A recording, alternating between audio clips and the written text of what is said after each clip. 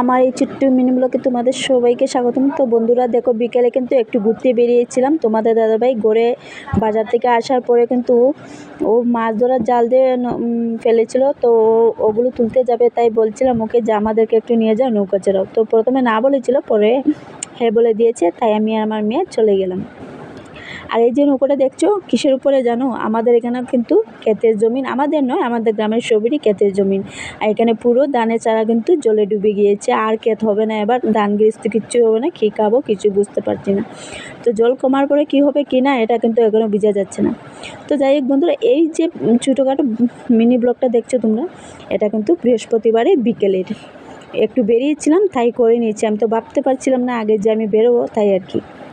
তো যাই হোক বন্ধুরা, এই যে হাঁসের বাচ্চা দেখা যাচ্ছে এখানে, দেখো হাঁসের বাচ্চা আর বড় বড় হাঁসও, ওরা কিন্তু সাঁতার কাটছে, কত ভালো লাগছে দেখে।